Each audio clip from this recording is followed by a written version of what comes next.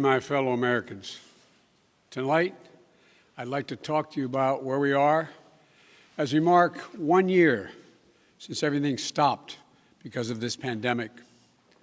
A year ago, we were hit with a virus that was met with silence and spread unchecked, denials for days, weeks, then months, that led to more deaths, more infections, more stress, and more loneliness.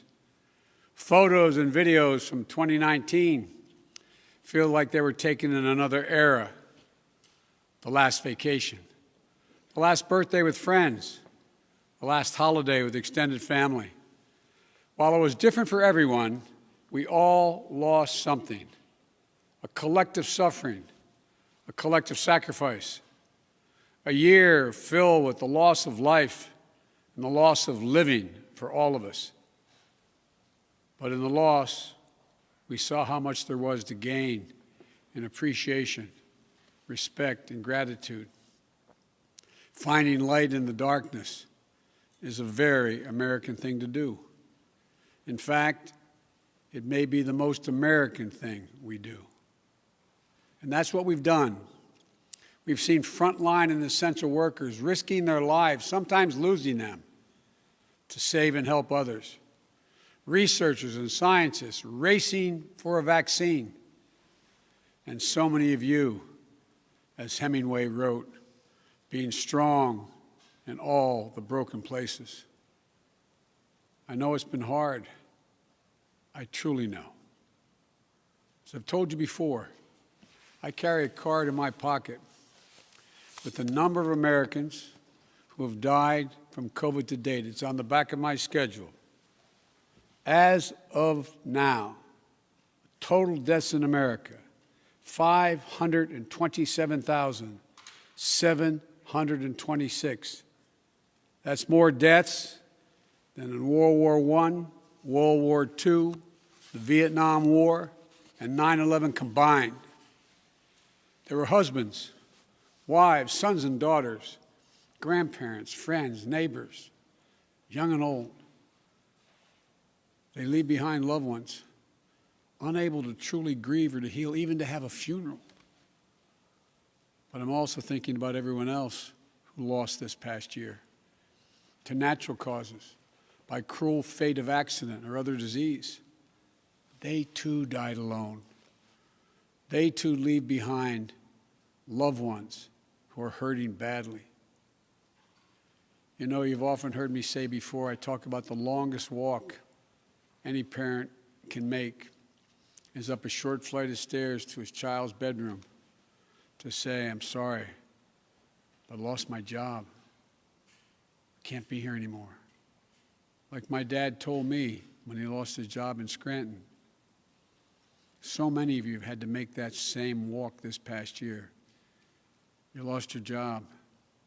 You closed your business. Facing eviction, homelessness, hunger, a loss of control, maybe worst of all, a loss of hope. Watching a generation of children who may be set back up to a year or more because they've not been in school because of their loss of learning. It's the details of life that matter the most. And we miss those details, the big details and the small moments.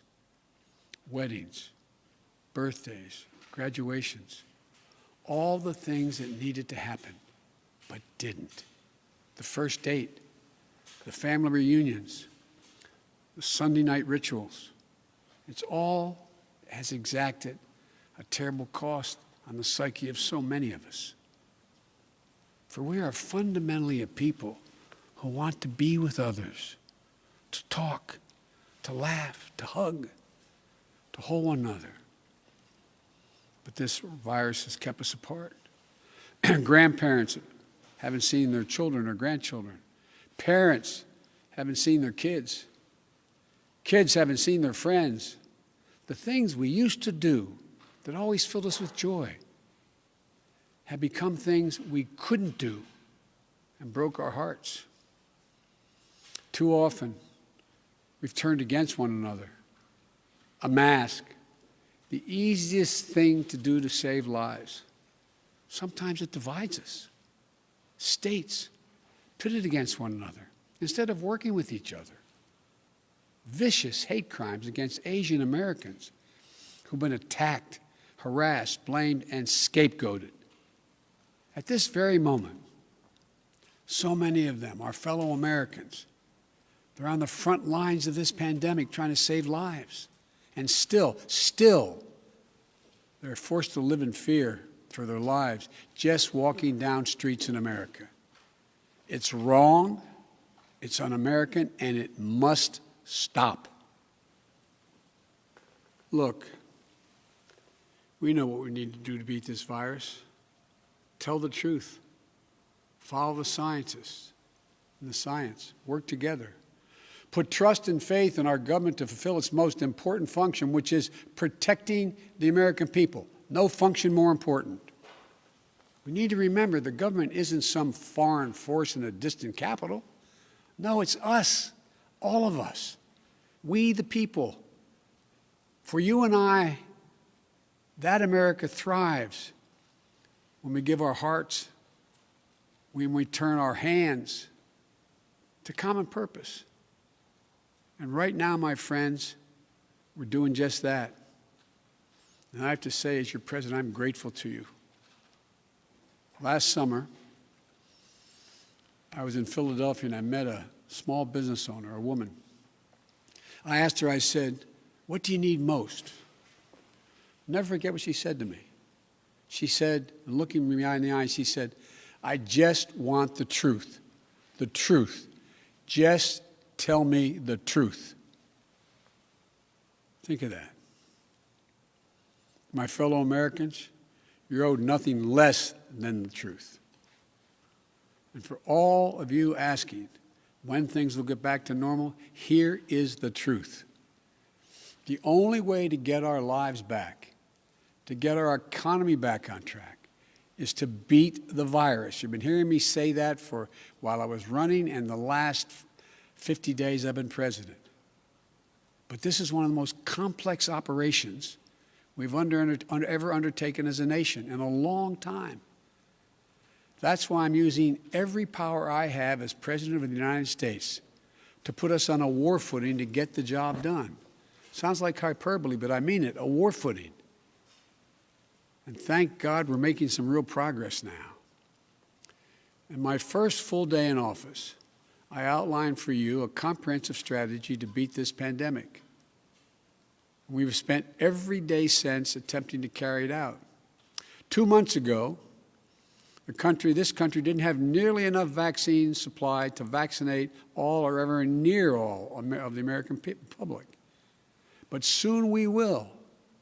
We've been working with vaccine manufacturers, Pfizer, Moderna, Johnson & Johnson, to manufacture and purchase hundreds of millions of doses of these 3 safe, effective vaccines.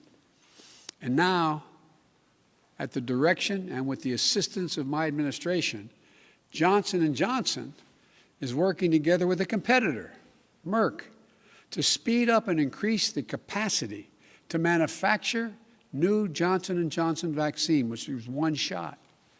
In fact, just yesterday, I announced, and I met with the CEOs of both companies, I announced our plan to buy an additional 100 million doses of Johnson & Johnson vaccines. These 2 companies, competitors, have come together for the good of the nation, and they should be applauded for it. It's truly a national effort, just like we saw during World War II. Now, because of all the work we've done, we'll have enough vaccine supply for all adults in America by the end of May. That's months ahead of schedule.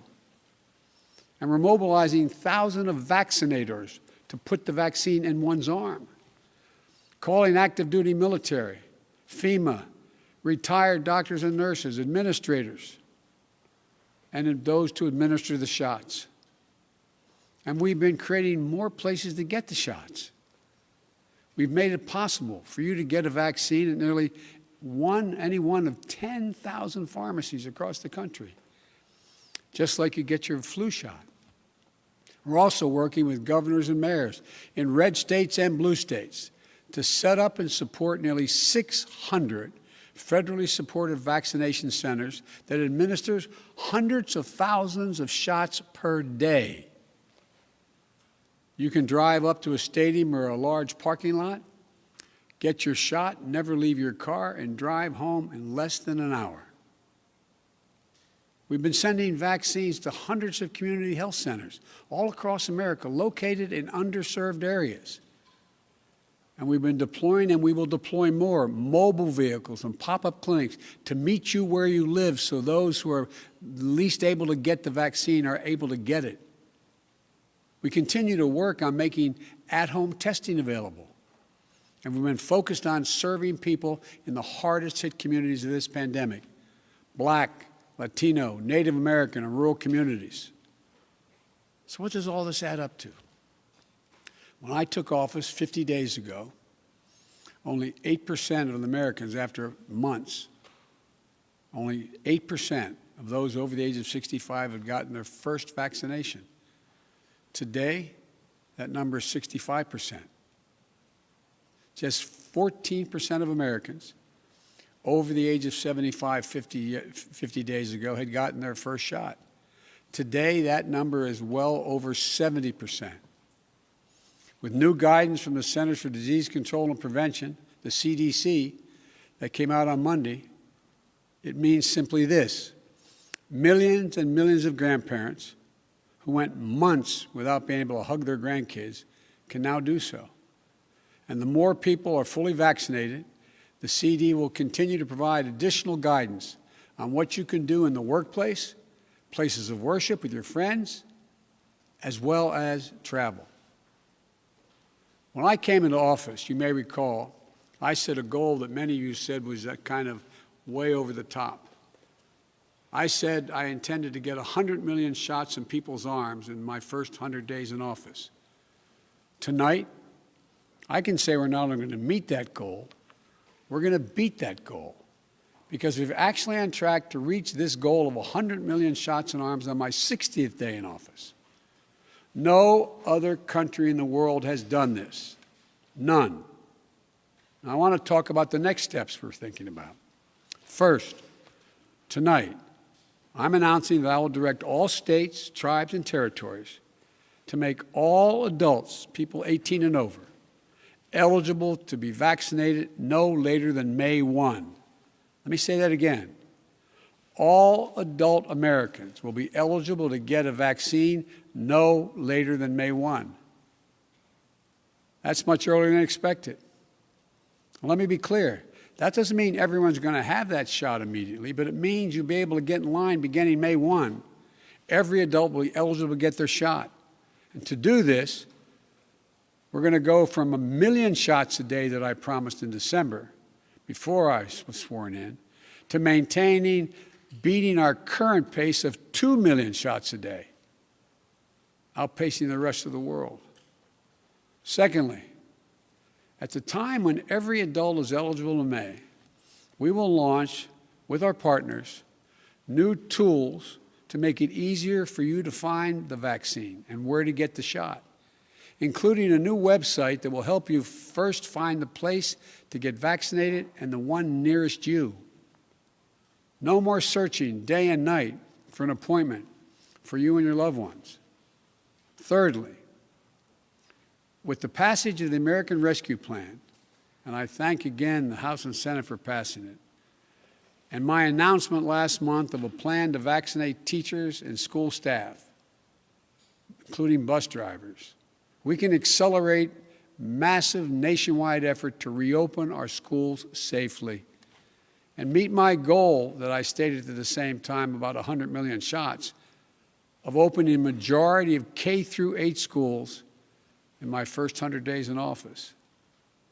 This is going to be the #1 priority of my new Secretary of Education, Miguel Cardona. Fourth, in the coming weeks, we will issue further guidance on what you can and cannot do once fully vaccinated, to lessen the confusion, to keep people safe, and encourage more people to get vaccinated. And finally, fifth, and maybe most importantly, I promise I will do everything in my power. I will not relent until we beat this virus.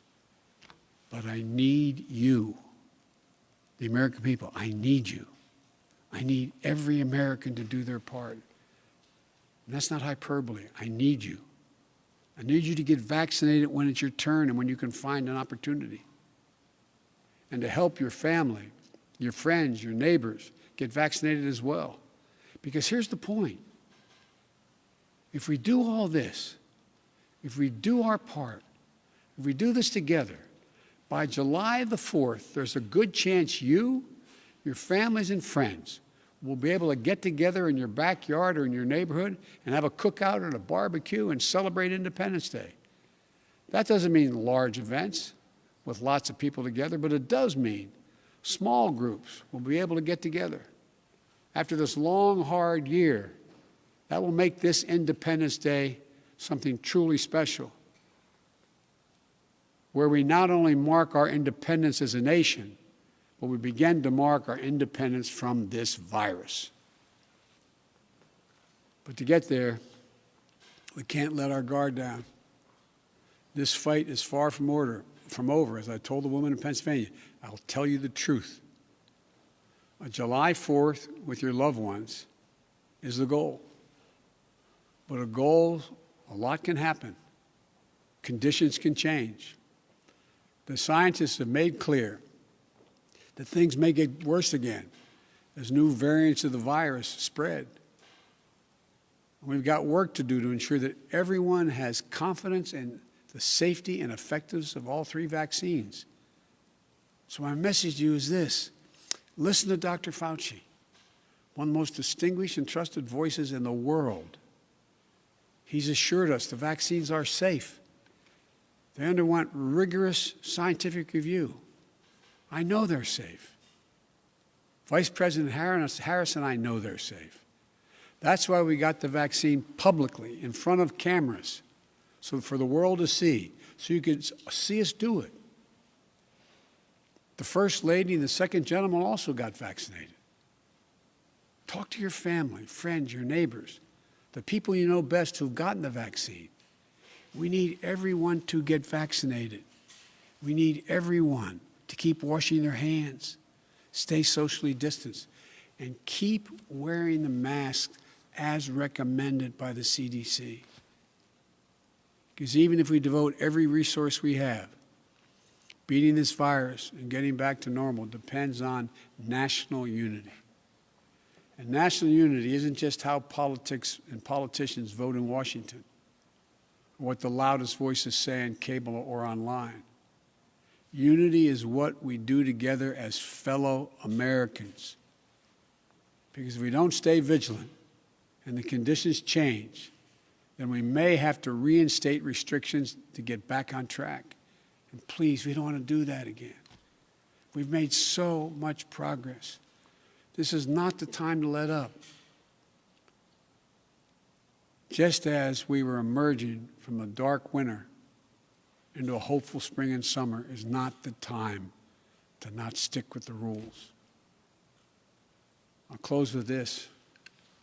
We've lost so much over the last year. We've lost family and friends. We've lost businesses and dreams we spent years building. We've lost time with each other. And our children have lost so much time with their friends, time with their schools. No graduation ceremonies this spring. No graduations from college, high school, moving up ceremonies. You know, and there's something else we lost. We lost faith in whether our government and our democracy can deliver on really hard things for the American people. But as I stand here tonight, we're proving once again something I've said time and time again, to probably tired of hearing me say it. I say it to foreign leaders and domestic alike. It's never, ever a good bet to bet against the American people. America is coming back. The development, manufacture, and distribution of vaccines in record time is a true miracle of science. It's one of the most extraordinary achievements any country has ever accomplished. And we also just saw the Perseverance rover land on Mars. Stunning images of our dreams that are now a reality. Another example of the extraordinary American ingenuity, commitment, and belief in science and one another.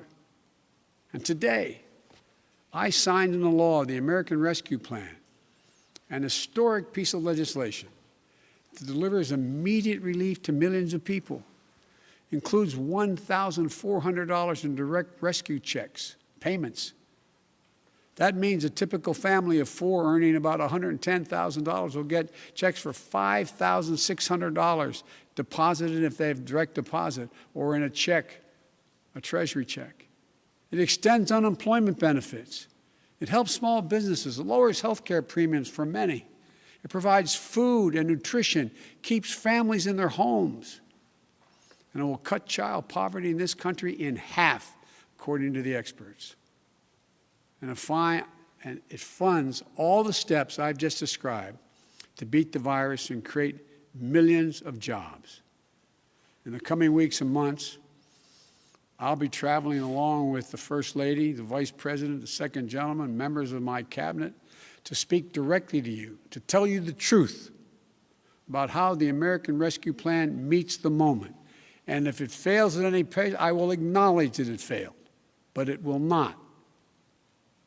About how after long, dark years, one whole year, there is hope and light of better days ahead. If we all do our part, this country will be vaccinated soon. Our economy will be on the mend. Our kids will be back in school. And we'll have proven once again that this country can do anything, hard things, big things, important things. Over a year ago, no one could have imagined what we were about to go through. But now, we're coming through it. And it's a shared experience that binds us together as a nation. We are bound together by the loss and the pain of the days that have gone by. But we're also bound together by the hope and the possibilities of the days in front of us. My fervent prayer for our country is that after all we've been through, we'll come together as one people, one nation, one America. I believe we can and we will. We're seizing this moment. And history, I believe, will record. We faced and overcame one of the toughest and darkest periods in this nation's history. Darkest we've ever known. I promise you, we'll come out stronger with a renewed faith in ourselves, a renewed commitment to one another, to our communities and to our country. This is the United States of America. And there's nothing, from the bottom of my heart I believe this, there's nothing we can't do when we do it together. So God bless you all. And please, God, give solace to all those people who lost someone. And may God protect our troops. Thank you for taking the time to listen. I look forward to seeing you.